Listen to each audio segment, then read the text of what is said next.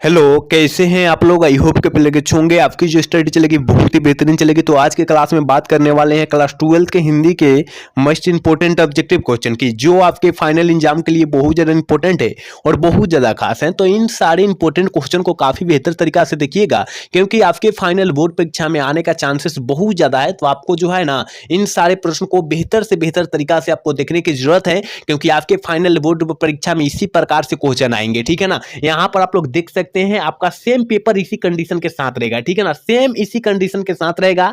आपका यहाँ कोड रहेगा, यहाँ पर आपका विषय का नाम रहेगा, याद रखिएगा आपका विषय कोड यहाँ रहेगा, और यहाँ कुल प्रश्नों की संख्या इस तरह रहेगा। जो देखिए जो भी रहेगा ना, आपके पेपर पर अवेलेबल लिखा रहेगा। ठीक है ना, तो आप लोग पढ़ लीजिएगा, वगैरह वगैरह कुछ लिखा होगा, याद रखिएगा। ठीक है ना, यहाँ पढ़ सकते हैं, यहाँ पर नीचे कुछ कुछ हेडिंग दिया रहता है। यहाँ पर पढ़ने का टाइम जो होता है आपके 15 मिनट का दिया रहता है। आप लोग अच्छे से पढ़ लीजिएगा सारे प्रश्नों को। ठीक है ना, हम अपने क्वेश्चन की तरफ बात करते हैं बिना टाइम गवाए। ठीक है ना, एक बार सारे बच्चे क्लास को लाइक कर लीजिए, ठीक है, और चैनल को सब्सक्राइब कर लीजिए। और 1 नंबर क्वेश्चन आपके स्क्रीन पर है, देखिए क्या कह रहा है। 1 नंबर क्वेश्चन कर रहा है ना कि अधिनायक शीर्षक कविता के कवि कौन है। आपको पता होनी चाहिए ना कि अधिनायक शीर्षक कविता के कवि जो है कौन है। हमने काफी बार आपको बतलाया था। अगर अधिनायक कहे मेरे भाई, अगर अधिनायक कहे तो आप लोग रघुवीर सहायक मारिएगा, ऑप्शन सी वाला सही कर लीजिएगा। ठीक है ना, 1 का ऑप्शन सी कीजिएगा, टिक याद रखिएगा। ठीक है ना, हम जो भी क्वेश्चन एक्स्ट्रा बतलाएंगे उस क्वेश्चन को अच्छे तरीके से आप लोग याद रखिएगा। ठीक है, क्योंकि आपके फाइनल बोर्ड परीक्षा के लिए वो भी काफी ज्यादा इंपॉर्टेंट हो सकता है। ठीक है, चलिए अगला क्वेश्चन यानी 2 नंबर क्वेश्चन आपके स्क्रीन पर है। करे कि अंग्रेज जी की पहली कहानी कब प्रकाशित हुई थी। अंग्रेज जी की पहली कहानी जो है ना, वो कब प्रकाशित हो चुकी थी। तो याद रखिएगा 1924 ईस्वी में हो चुकी थी। ऑप्शन जो हो जाएगा बी वाला सही हो जाएगा। 2 का ऑप्शन बी हम लोग टिक कर देंगे, याद रखिएगा। ठीक है, अगला क्वेश्चन देखिए क्या करे। 3 नंबर क्वेश्चन करे भगत सिंह को कांग्रेस तथा महात्मा गांधी से मोहभंग जो है ना कब हो चुकी थी। आपको पता होनी चाहिए, क्योंकि ये सारे जितने हम क्वेश्चन करा रहे हैं ना, आपको रिवीजन के तौर पर करा रहे हैं। ठीक है ना, आपके रिवीजन के तौर पर करा रहे हैं। तो आप लोग याद रखिएगा कि भगत सिंह को कांग्रेस तथा महात्मा गांधी से जो है ना मोहभंग कब हो चुकी थी। तो हमने आपको ये बतलाया होगा कि मेरे भाई 1922 ईस्वी में हो चुकी थी, जब दांडी यात्रा हुआ था ना तब हो चुकी थी। आप लोग याद रखिएगा। ठीक है, ऑप्शन सी वाला टिक कर देंगे, याद रखिएगा। ठीक है, अगला क्वेश्चन आपके स्क्रीन पर है, कह रहा है कि प्रिंस क्रोप्टिन कौन था। जल्दी से जो है ना 4 का ऑप्शन बतला दीजिए, और सारे छात्र को पता होना चाहिए कि प्रिंस क्रोप्टिन जो था ना एक अस्त्र शास्त्र का विद्वान था। ऑप्शन ए वाला सही हो जाएगा। 4 का ऑप्शन हम लोग ए टिक कर देंगे। ठीक है, 4 का ऑप्शन जो हो जाएगा ये हो जाएगा, आप लोग याद रखिएगा। अगला क्वेश्चन यानी 5 नंबर क्वेश्चन देखिए, बहुत इंपॉर्टेंट क्वेश्चन है। करे कि आर्ट ऑफ कन्वेंशन कहाँ के लोगों से सर्वाधिक प्रचलित है। आर्ट ऑफ कन्वेंशन जो है कहाँ के लोगों से जो है ना सर्वाधिक प्रचलित है, और ये बबुआ टाइप क्वेश्चन है, और काफी क्लास में प्रश्न आया हुआ है। याद रखिएगा कि आर्ट ऑफ कन्वेंशन जो है ना यूरोप के लोगों पर लागू हुआ था। ऑप्शन सी वाला सही हो जाएगा। 5 का ऑप्शन सी हम लोग टिक कर देंगे। ठीक है ना, याद रखिएगा आपकी पूरे बुक से जो है हम निचोड़ क्वेश्चन लेकर आए हैं, तो इस सारे निचोड़ प्रश्न को बेहतर से बेहतर तरीका से आपको याद कर लेना है। ठीक है ना, इन सारे निचोड़ प्रश्न को। ठीक है, अगला क्वेश्चन यानी 6 नंबर क्वेश्चन क्या कह रहा है।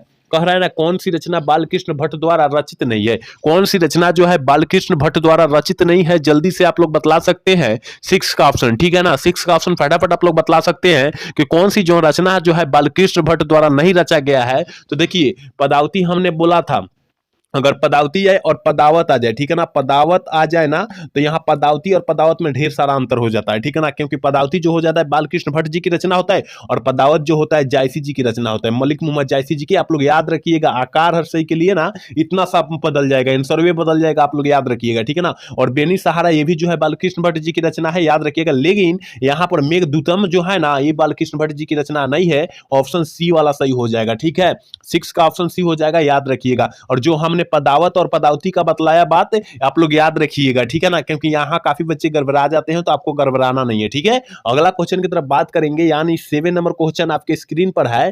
कह रहा है कि उसने कहा था कहानी में किस शहर का चित्रण है। आगे तो ये पता होना चाहिए कि उसने कहा था कहानी जो है ना किस लेखक के द्वारा रचा गया है, आपको ये पता होना चाहिए। ठीक है ना, तो हमने बतलाया था गुलेरी जी द्वारा रचा गया है, आपको पता है। ठीक है ना, लेकिन ये पूछा जा रहा है किस शहर का चित्रण इस कहानी में जो है ना, किस शहर का जो है ना चित्रण किया गया। तो याद रखिएगा अमृता शहर का चित्रण किया गया है।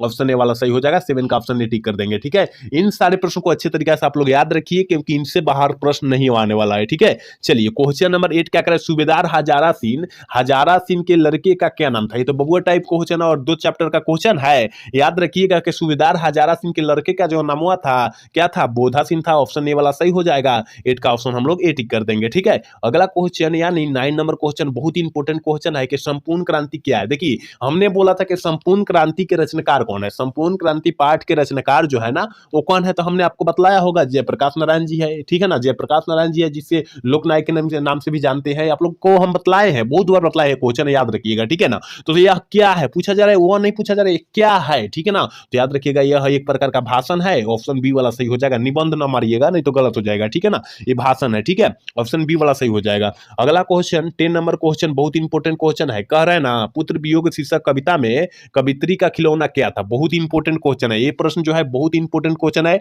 आपके फाइनल बोर्ड परीक्षा में काफी बार प्रश्न पूछा गया है कि पुत्र वियोग शीर्षक कविता में कवित्री का खिलौना जो था वो क्या था, तो उनका पुत्र था। ऑप्शन बी वाला सही हो जाएगा, 10 का ऑप्शन बी टिक कर देंगे, याद रखिएगा। ठीक है, अगला क्वेश्चन 11 नंबर क्वेश्चन देखिए क्या कह रहा है। कह रहा है ना कि रामधारी सिंह दिनकर का जन्म बिहार के किस जिले में हुआ था। रामधारी सिंह दिनकर का जन्म जो है ना बिहार के किस जिले में हुआ था, तो हमने आपको बतलाया होगा मेरे भाई, बेगूसराय। कहाँ, बेगूसराय। ऑप्शन जो हो जाएगा बी वाला सही हो जाएगा, 11 का ऑप्शन बी हम लोग टिक कर देंगे, याद रखिएगा। एक बार सारे बच्चे क्लास को लाइक कर देंगे। ठीक है ना, जितने भी बच्चे क्लास में जुड़ रहे हैं ना वो सारे बच्चे क्लास को लाइक करके और चैनल को सब्सक्राइब कर लेंगे। ठीक है ना, क्योंकि देखिए एक लाइक और एक सब्सक्राइब से हम लोग बहुत ज्यादा मोटिवेट होते हैं। ठीक है ना, तो आपको जो है हमें मोटिवेट बढ़ाना अति आवश्यक है क्योंकि हम लोग आपको जो है ना 100% देते हैं। ठीक है ना, तो आप लोग का फर्ज बनता है कि एक लाइक एक सब्सक्राइब कर दे हम। ठीक है, तो सारे बच्चे कर लीजिए काम। ठीक है, अगला क्वेश्चन यानी 12 नंबर क्वेश्चन करें, प्रेमचंद्र थे। प्रेमचंद्र जी क्या थे, और एक प्रश्न तो हम आपको काफी बार बतलाए होंगे, हजारों बार बतलाए होंगे कि प्रेमचंद्र जी कथाकार थे। ऑप्शन जो हो जाएगा बी वाला सही हो जाएगा, 12 का ऑप्शन बी हम लोग टिक कर देंगे। ठीक है, अगला क्वेश्चन 13 नंबर क्वेश्चन करके महेश्वर की पत्नी का क्या नाम था। आपको पता होनी चाहिए कि महेश्वर की पत्नी का जो नाम था मालती था। ऑप्शन ए वाला सही हो जाएगा, और पूछा जाएगा कि मालती जो है ना किस कहानी की पत्रा है। ठीक है ना, मालती जोन है वो किस कहानी की पत्रा है, तो रोज कहानी की पत्रा है। ठीक है ना, रोज कहानी की पत्रा है। इस टाइप से क्वेश्चन पूछा गया, आप लोग याद रखिएगा। और पूछा जाएगा कि रोज कहानी के लेखक कौन है। ठीक है ना, लेखक तो आगे जी मरिएगा, क्या मरिएगा, सचितानंद हीरानंद वात्सल्य आगे मरिएगा। आप लोग याद रखिएगा, हम बोले थे ना कि जो क्वेश्चन एक्स्ट्रा बतलाएंगे उस क्वेश्चन को बेहतर तरीके से याद कर लेना है क्योंकि आज के फाइनल बोर्ड परीक्षा के लिए वो भी काफी ज्यादा इंपॉर्टेंट हो सकता है। ठीक है, तो आपको याद रखना है। अगला क्वेश्चन की तरफ बात करेंगे। अगला क्वेश्चन यानी 14 नंबर क्वेश्चन का रहना, भगत सिंह के पिता सरदार किशन सिंह तथा चाचा अजीत सिंह किसके सहयोगी थे। देखिए कितना इंपॉर्टेंट क्वेश्चन है, तो हमने आपको बतलाया होगा लाला लाजपत राय जी के सहयोगी थे। ऑप्शन बी वाला सही हो जाएगा, 14 का ऑप्शन जो हो जाएगा हम लोग वीटी कर देंगे, याद रखिएगा। अगला क्वेश्चन यानी 15 नंबर क्वेश्चन आपके जो है स्क्रीन पर है, और ये 2024 में प्रश्नवा जो है ना पूछा गया है कि पुंडलिक जी कौन थे। पुंडलिक जी जो थे ना वो कौन थे, याद रखिएगा। कह रहा है यहाँ एक 1 नंबर ऑप्शन में कि क्या करे, गांव का मुखिया थे, शिक्षक थे, चिकित्सक थे, राजनीतिक नेता थे। तो हमने आपको बतलाया होगा अगर पुंडलिक जी कहेगा ना तो शिक्षक थे। क्या थे, शिक्षक थे, जो गांधी जी द्वारा बुलाया गया भितिहरवा में, इस तरह नहीं पढ़े हैं आप लोग, वही है। ठीक है ना, याद रखिएगा, आप लोग अच्छे तरीका से याद रखिएगा। पूछिए देता है पुंडलिक जी कौन थे और 2 नंबरिया में डाल देगा, तो आपको क्या लिखना होगा, तो वहां लिख दीजिएगा अच्छे तरीका से कि पुंडलिक जी जो है ना, पुंडलिक जी जो थे गांधी जी द्वारा बुलाए गए थे भितिहरवा में, एक शिक्षक थे और शिक्षक के पद पर काम करते थे और गरीब बच्चे को जो है शिक्षा देते थे। इतना लिख देंगे 2 नंबर मिल जाएगा, आप लोग अच्छे से याद रख लीजिएगा। ठीक है, अगला क्वेश्चन 16 नंबर क्वेश्चन क्या कर रहा है, यानी 16 नंबर क्वेश्चन कर रहा है ना, वो मेरे सपने किस लेखक की रचना है। वो मेरे सपने जो है ना वो किस लेखक की रचना है, तो हमने आपको बतलाया होगा जगदीश चंद्र माथुर जी की रचना है। ऑप्शन बी वाला सही कर देंगे, 16 का ऑप्शन बी वाला हम लोग सही कर देंगे। अगला क्वेश्चन की तरफ बात करेंगे। अगला क्वेश्चन यानी 17 नंबर क्वेश्चन का रहेगा, बोलते क्षण किस साहित्य की विधा की कृति है। बोलते क्षण जो है ना किस साहित्य विधा की कृति है, जल्दी से जो है ना जल्दी से बतला दीजिए। 17 का ऑप्शन फटाफट बतला दीजिए क्या हो जाएगा, तो हमने क्वेश्चन बतलाया होगा कि यह एक प्रकार का निबंध है और निबंधकार का नाम जो है क्या है, रघुवीर सहायक जी है, आप लोग याद रखिएगा। ठीक है, अगला क्वेश्चन 18 नंबर क्वेश्चन का भर पेट में कौन सा उपसर्ग है। देखिए उपसर्ग और प्रत्यय से मिलाकर 5 क्वेश्चन पूछे जाएंगे, आपको याद रखना होगा। ठीक है ना, क्योंकि 3 में जब उपसर्ग से पूछेगा तो 2 प्रत्यय से किसी तरह भी पूछेगा। 5 क्वेश्चन आएगा तो आएगा, उपसर्ग और प्रत्यय से 5 क्वेश्चन आएगा, तो आपको 5 क्वेश्चन अपने मुट्ठी में कर लेना है। हम बतला दे रहे हैं उस कंडीशन से आप लोग मुट्ठी में कर लीजिएगा। ठीक है ना, देखिए उपसर्ग जो होता है किसी शब्द के पहले जुड़कर एक नया शब्द का निर्माण कर देता है, उसे हम लोग उपसर्ग कहते हैं। ठीक है ना, प्रत्यय आप लोग जानते होंगे कि किसी शब्द के अंत में जुड़कर एक नया शब्द का निर्माण कर देता है, उसे हम लोग प्रत्यय कहते हैं। आपको पता है, तो यहाँ उपसर्ग में यानी पहले जुड़ेगा, ठीक है ना, तो भर जो हो जाएगा उपसर्ग हो जाएगा, ऑप्शन जो हो जाएगा सी हो जाएगा। आप लोग अगर केवल परिभाषा याद कर लेते हैं तो प्रत्यय आपका जो है ना, याद रखिएगा, प्रत्यय और उपसर्ग जो है आपका मुट्ठी में हो जाएगा, ठीक है, और 5 नंबर अपना जो है बस में हो जाएगा। तो आप लोग याद रख लीजिएगा, हम जिस तरह जो परिभाषा आपको बतलाए आप लोग याद रख लीजिएगा, ठीक है। अगला क्वेश्चन यानी 19 नंबर क्वेश्चन क्या करे कि सिपाही की मार शीर्षक पाठ में मुन्नी की उम्र जो है कितनी हो गई थी, तो कल या परसों के क्लास में हमने बतलाया था मेरे भाई के 14 वर्ष की हो गई थी। कितना? 14 वर्ष की हो गई थी, याद रखिएगा, ऑप्शन सी वाला सही कर देंगे, ठीक है। चलिए अगला नंबर यानी 20 नंबर क्वेश्चन आपके स्क्रीन पर है, कह रहा है कि नामवर सिंह का जन्म कब हुआ था। नामवर सिंह जी का जन्म जो हुआ था वो कब हुआ था, तो 20 का जौन ऑप्शन हो जाएगा ना, ऑप्शन डी हो जाएगा, 28 जुलाई 1927 ईस्वी को हुआ था, याद रखिएगा, ऑप्शन डी वाला हम लोग सही कर देंगे, ठीक है ना। याद रखना है, एक भी क्वेश्चन जो है ना छोड़ना नहीं है, क्योंकि आपके फाइनल बोर्ड परीक्षा के लिए बहुत ज्यादा महत्वपूर्ण क्वेश्चन हम पूरी किताब से गैस करके लाए हैं, तो एक भी क्वेश्चन को छोड़ना नहीं है आपको, ठीक है। अगला क्वेश्चन की तरफ बात करेंगे, यानी 21 नंबर क्वेश्चन आपके स्क्रीन पर है, कह रहे हैं कि नामवर सिंह बीए कब किए। बीए मतलब होता है ग्रेजुएशन, और ग्रेजुएशन नामवर सिंह कब किए थे, तो हमने बतलाया था आपको, याद रखिएगा, 1949 ईस्वी में किए थे। ऑप्शन ए वाला सही हो जाएगा, ऑप्शन ए में दिया है, याद रखिएगा, ठीक है।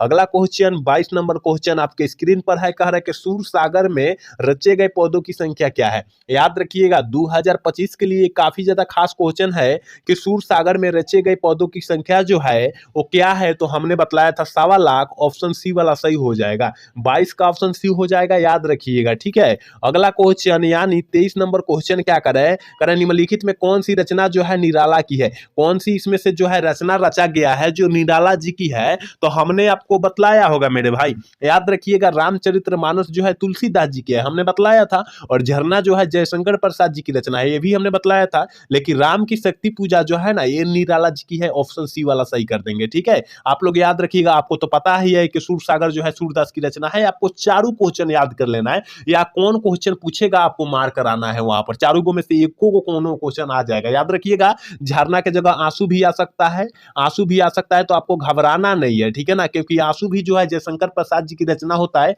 आपको घबराना नहीं है, ठीक है ना, क्योंकि हम तो अच्छे तरीका से बतला रहे हैं, अब आप लोग अच्छे तरीका से सुन रहे हैं कि नहीं सुन रहे हैं अब हमको तो पता नहीं है, ठीक है ना। तो आप लोग अच्छे तरीके से याद कर लीजिएगा अपने नोटबुक पर लिखकर, क्योंकि आपके पास अब उतना टाइम नहीं है जितना आप लोग सोचते हैं, ठीक है ना, क्योंकि आपके पास जो है अब 9 से 10 दिन का टाइम बचा है, अब इतना में जो है आप लोग जितना मेहनत कर लीजिए, क्योंकि 9 के 8वां के 9वां दिन पड़ेगा हिंदी का परीक्षा आप लोग देंगे, ठीक है ना। तो याद रखिएगा, आज से मान लीजिए 10 दिन है, याद रख लिए, तो 10वां दिन आपको अच्छे तरीके से मार कराना है, ठीक है ना, क्योंकि आपको पता है कि 1 फरवरी से जो है एग्जाम आपका तैयारी हो रहा है, क्या हो रहा है, शुरू हो रहा है, ठीक है ना। तो आप लोग याद रखिएगा सारे क्वेश्चन को, ठीक है। अगला क्वेश्चन की तरफ बात करते हैं, यानी 24 नंबर क्वेश्चन क्या कर रहा है कि संकल्प में कौन सा उपसर्ग है, समजोर, समजोर कल्प, हमने बतलाया था, समजोर कल्प हो जाएगा, संकल्प हो जाएगा, ऑप्शन ए वाला सही हो, सॉरी ऑप्शन सी वाला सही हो जाएगा, ऑप्शन सी वाला हम लोग सही कर देंगे। अगला क्वेश्चन की तरफ बात करेंगे, 25 नंबर क्वेश्चन करके अर्थ का विशेषण क्या होता है। अर्थ का विशेषण जौन होता है मेरे भाई आर्थिक होता है, तो आर्थिक कहां पर दिया है, देखिए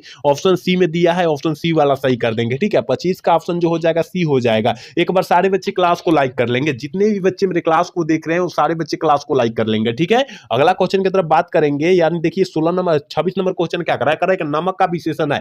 नमक का विशेषण जो होता है वो क्या होता है, तो नमकीन होता है, क्या होता है, नमकीन होता है। देखिए ऑप्शन कहां में दिया है, ऑप्शन देखिए ऑप्शन बी में दिया है, ऑप्शन बी वाला सही कर देंगे, क्योंकि विशेषण से 5 क्वेश्चन पूछे जाएंगे, 4 से 5 क्वेश्चन पूछे जाएंगे, तो याद रखना है 4 से 5 नंबर अपने बस में, अपने काबू में, अपने मुट्ठी में कर लेना है, ठीक है। अगला क्वेश्चन की तरफ बात करते हैं, अगला क्वेश्चन यानी 27 नंबर क्वेश्चन कह रहे हैं कि हिंदी भाषा में वचन कितने प्रकार के होते हैं। हिंदी भाषा में वचन जो होते हैं वो कितने प्रकार के होते हैं आपको पता होनी चाहिए। अगर संस्कृत में गएगा तो 3 मारेंगे, लेकिन हिंदी में बात कर रहा है तो यहां पर 2 मारेंगे, ठीक है ना, 2 मारेंगे, याद रखिएगा, आप लोग अच्छे से याद रखिएगा। अगर संस्कृत में बोलेगा तब हम लोग 3 मारेंगे, लेकिन हिंदी में पूछेगा तो 2 मारेंगे, ठीक है, ऑप्शन बी वाला सही कर देंगे। अगला क्वेश्चन देखिए क्या कर रहा है, 28 नंबर क्वेश्चन आपके स्क्रीन पर है, कह रहा है ना वैसा काव्य जो बिल्कुल अन्य छंदों से पूर्णतः स्वतंत्र है वह क्या कहलाता है, वह क्या कहलाता है, जल्दी से जो है ना, जल्दी से जो है 28 का ऑप्शन बतला दीजिए क्या हो जाएगा। हमने बतलाया था मुक्त काव्य कहलाता है, ऑप्शन ए वाला सही हो जाएगा, 28 का ऑप्शन ए टिक कर देंगे। अगला क्वेश्चन 29 नंबर क्वेश्चन आपके स्क्रीन पर है, करे कि राम आचार्य रामचंद्र शुक्ल को शिकायत थी,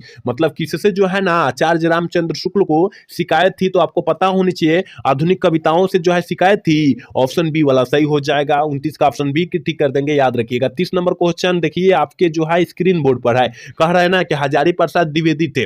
हजारी प्रसाद द्विवेदी जी क्या थे? तो हमने क्वेश्चन आपको बतलाया होगा, याद रखिएगा। निबंधकार भी थे, आलोचक भी थे, उपन्यासकार भी थे। ऑप्शन डी वाला सही हो जाएगा, इनमें से सभी हो जाएगा, ठीक है ना, क्योंकि इनमें से सभी थे, याद रखिएगा। अगला क्वेश्चन 31 नंबर क्वेश्चन का, लहरों के राजहंस किसकी रचना है, किस लेखक की रचना है? लहरों के राजहंस जो है ना वो किस लेखक की रचना है? तो याद रखिएगा वो मोहन राकेश जी की रचना है। ऑप्शन बी वाला सही हो जाएगा, ठीक है ना। 31 का ऑप्शन बी टिक कर देंगे, याद रखिएगा सारे प्रश्न को। अगला क्वेश्चन की तरफ बात करेंगे। 32 नंबर क्वेश्चन का, दिन रात में कौन सा समास है? देखिए समास से आपके क्वेश्चन जो है 4 से 5 क्वेश्चन आएंगे, याद रखिएगा। समास से जो है 4 से 5 क्वेश्चन आएंगे, तो आपको याद रख लेना है। हम बतला दे रहे हैं उस तरह का से आपसे आप लोग जो है समास पूछेगा तो आपको छोड़ कर नहीं आना है, ठीक है ना। देखिए जहां जो है ना, जहां बीच में हाइफन दिखाई दे, डंटा दिखाई दे देना, तो वहां द्वंद्व समास मार देना है, लेकिन 2 अक्षर को छोड़कर। जैसे कि 2 शब्द छोड़ देंगे कि कौन कौन, याद रखिएगा। एक धीरे धीरे, ठीक है ना, एक धीरे धीरे शब्द जो होता है ना,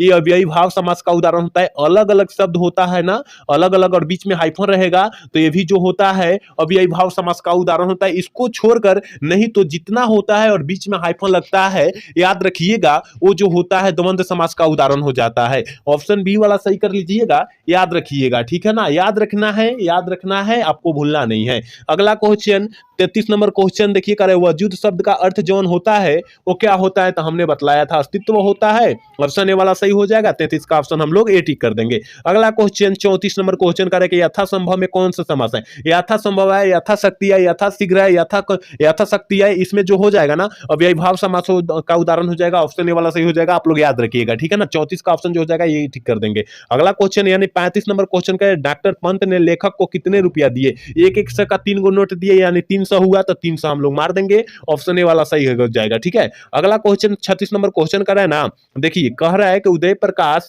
संडे मेल में क्या थे? उदय प्रकाश जी संडे मेल में जो है ना वो क्या थे? तो आपको पता होनी चाहिए ना मेरे भाई, आपको पता होनी चाहिए कि सहायक संपादक थे और संपादक के रूप में कार्य करते थे। ऑप्शन ए वाला सही हो जाएगा, 36 का ऑप्शन ए वाला हम लोग सही कर देंगे, ठीक है। अगला क्वेश्चन की तरफ बात करेंगे। अगला क्वेश्चन बहुत ही इंपॉर्टेंट क्वेश्चन है, कह रहे हैं ना, ज्ञानेंद्र पति को किस रचना पर साहित्य अकादमी पुरस्कार प्राप्त हुआ था? ज्ञानेंद्र पति को, ठीक है ना। तो याद रखिएगा ज्ञानेंद्र पति को बोला जा रहा है, तो हमने क्वेश्चन बतलाया होगा कि संज्ञात्मक पुरस्कार पर जो है ना, संज्ञात्मक पुरस्कार पर जो है ज्ञानेंद्र पति को साहित्य अकादमी पुरस्कार प्राप्त हुआ था, और यह प्राप्त जो हुआ था 2006 में हुआ था। आप लोग याद रखिएगा, क्या पूछेगा कि ज्ञानेंद्र पति को संज्ञात्मक पुरस्कार जो है कब प्राप्त हुआ था? तो 2006 में प्राप्त हुआ था, आप लोग याद रखिएगा। अगला क्वेश्चन 38 नंबर क्वेश्चन देखिए, क्या करे कि हार जीत क्या है? हार जीत जो कविता है वो कौन सा कविता है? देखिए गद्य कविता, गद्य काव्य दिया है और गद्य कविता दिया है, तो याद रखिएगा हार जीत कविता जो होता है गद्य कविता होता है। ऑप्शन बी वाला सही हो जाएगा।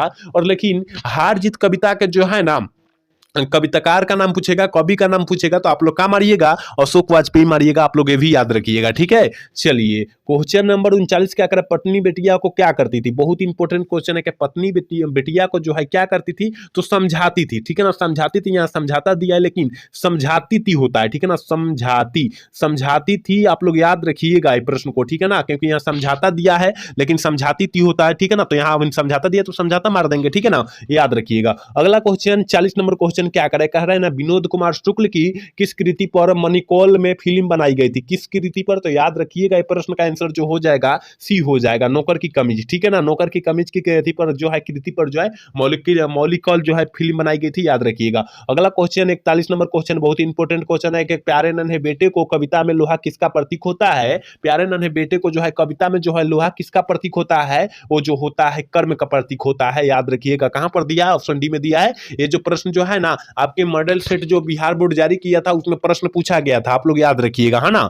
इसका मतलब इंपॉर्टेंट क्वेश्चन है। अगला क्वेश्चन 42 नंबर क्वेश्चन क्या करे ना, कि रघुवीर सहायक का जन्म स्थल कौन सा है? देखिए रघुवीर सहायक जी का जन्म स्थल पूछा जा रहा है ना, तो याद रखिएगा लखनऊ उत्तर प्रदेश, लखनऊ उत्तर प्रदेश याद रखिएगा, दोनों याद रखिएगा। लखनऊ न देकर उत्तर प्रदेश भी दे सकता है, तो आपको याद रखना है, क्योंकि कल या परसों के क्लास में हमने बतलाया था, ठीक है ना, आप लोग अच्छे से याद रखिएगा। चलिए अगला क्वेश्चन 43 नंबर क्वेश्चन का है ना, कि उषा शीर्षक कविता के कवि कौन है? उषा शीर्षक कविता के कवि जो है ना वो कौन है? तो याद रखिएगा शमशेर बहादुर सिंह है। ऑप्शन बी वाला सही कर देंगे, ठीक है ना। 43 का ऑप्शन जो हो जाएगा बी हो जाएगा, याद रखिएगा। चलिए अगला क्वेश्चन की तरफ बात करते हैं। अगला क्वेश्चन यानी 44 नंबर क्वेश्चन कर रहा है कि गुलामी की नशा नामक नाटक के लेखक कौन है। गुलामी की नशा नामक नाटक के लेखक जो है ना वो कौन है, तो याद रखिएगा ठाकुर लक्ष्मण सिंह होंगे। ऑप्शन बी वाला सही हो जाएगा, ठीक है ना। 44 का ऑप्शन बी टिक कर देंगे, याद रखिएगा। चलिए अगला क्वेश्चन 45 नंबर क्वेश्चन करके भूषण जी का जन्म कब हुआ था। देखिए भूषण जी का जो जन्म हुआ था याद रखिएगा 1613 ईस्वी में हुआ था। कितना, 1613 ईस्वी में जन्म हुआ था, आप लोग याद रखिएगा, ठीक है। ऑप्शन ए वाला सही हो जाएगा। अगला क्वेश्चन देखिए 46 नंबर क्वेश्चन कर रहे हैं ना कि भूषण की कविता में कौन सा रस पाया जाता है। भूषण जी की कविता में कौन सा रस पाया जाता है, तो बबुआ टाइप क्वेश्चन है, कौनो मार देगा कि वीर रस पाया जाता है। ऑप्शन बी वाला टिक कर देंगे, ठीक है ना। 46 का ऑप्शन बी टिक कर देंगे, याद रखिएगा। 47 नंबर क्वेश्चन करे कि लीड वेस्टर इनमें किसमें जो है विश्व शिक्षक के रूप में देखा जाता है, और बहुत इंपॉर्टेंट क्वेश्चन है। कल के क्लास में हमने बताया था कि लीड वेस्टर किसमें देखा जाता है, तो याद रखिएगा जय कृष्णमूर्ति जी में देखा जाता है, जिद्दू कृष्णमूर्ति जिसका फुल नाम होता है, आप लोग याद रखिएगा। अगला क्वेश्चन 48 नंबर क्वेश्चन करा है कि सुरक्षा कहां हो सकती है। आपको पता है ना कि सुरक्षा कहां हो सकती है, घर के भीतर तो नहीं हो सकती है, अंधेरे में भी नहीं हो सकती है, पलायन यानी भागने में भी नहीं हो सकती है। देखिए चुनौती के जो है चुनौती को झेलने में यानी समस्या को झेलने में जो है ना सुरक्षा हो सकती है। ऑप्शन डी वाला सही कर देंगे, ठीक है ना। 48 का ऑप्शन डी हो जाएगा, याद रखिएगा। अगला क्वेश्चन 49 नंबर क्वेश्चन का बर्वे रामायण किन की रचना है, किस लेखक की रचना है। बर्वे रामायण जो है किस लेखक की रचना है। आज वाला क्लास दोपहर 1 बजे हुआ होगा, इसमें क्वेश्चन आया हुआ था, याद रखिएगा। जो बच्चा देखा होगा इसका मार देगा कि बर्वे रामायण जो है याद रखिएगा तुलसीदास जी की रचना है। ऑप्शन डी वाला सही हो जाएगा, याद रखिएगा, क्योंकि जो बच्चा आज 1 बजे वाला क्लास देखा होगा ना उसको पता होगा इसका आंसर, ठीक है। चलिए आज के क्लास के लास्ट क्वेश्चन है यानी 50 नंबर क्वेश्चन है, करे कि निम्नलिखित में से कौन सी रचना मलिक मोहम्मद जायसी जी की है। कौन सी रचना जो है मलिक मोहम्मद जायसी जी की रचना है, जल्दी से जो है 50 का ऑप्शन बतला दीजिए क्या हो जाएगा। तो याद रखिएगा पदावत जो है मलिक मोहम्मद जायसी जी की रचना है, लेकिन यहाँ पर पदावती आ जाए तो बालकृष्ण भट्ट जी की रचना हो जाता है, ठीक है ना। तो आप लोग याद रखिएगा आकार हर सही के लिए ना आपका आंसर घबरा सकता है, ठीक है ना। तो याद रखिएगा अगर पदावत कहेगा तो मलिक मोहम्मद जायसी मरना है, और पदावती कहेगा तो बालकृष्ण भट्ट मरना है, याद रखिएगा, ठीक है ना। तो यहाँ हमने 50 क्वेश्चन बतलाया और पूरा इंपॉर्टेंट क्वेश्चन हमने बतलाया और पूरी किताब से निचोड़ क्वेश्चन को बतलाया है। याद रखिएगा इन सारे प्रश्न को अच्छे तरीके से याद रखिएगा और 8 फरवरी को जाकर गर्दा मचा दीजिएगा, ठीक है ना। और कमेंट करके बतलाना है कि आज का क्लास कैसा लगा। अगर अच्छा लगा होगा तो चैनल को सब्सक्राइब लाइक करना तो भूलिएगा। जय हिंद, जय